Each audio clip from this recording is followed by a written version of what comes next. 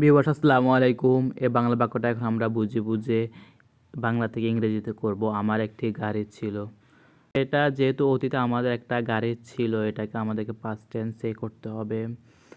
তো যেহেতু যখন আমরা বলি যে আমার একটা গাড়ি আছে, তখন আমরা সহজে বলে ফেলি যে আই হ্যাভ আ কার, আমার একটি গাড়ি আছে। বাট যখন অতীতে বলতে হয়, তখন একটা ডিফারেন্ট ওয়েতে বলতে হবে, এখানে হ্যাড ইউজ করতে হবে।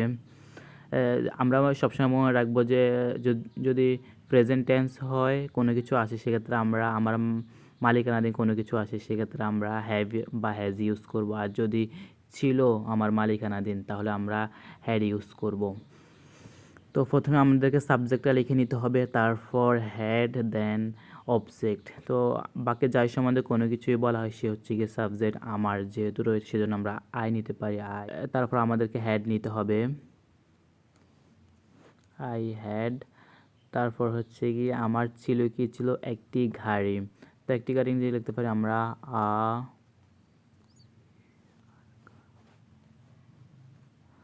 আকার। আই হ্যাড আকার, আমার একটি গাড়ি ছিল। আমার একটি গরু ছিল, আই হ্যাড আ কাউ। আমার একটি সাইকেল ছিল, আই হ্যাড আ সাইকেল। এভাবে আমরা অনেক বাক্য তৈরি করতে পারি এই একটা স্ট্রাকচার ইউজ করে। ধন্যবাদ। আসসালামু আলাইকুম। ভিডিওটা কেমন হয়েছে কমেন্ট করে জানাবেন।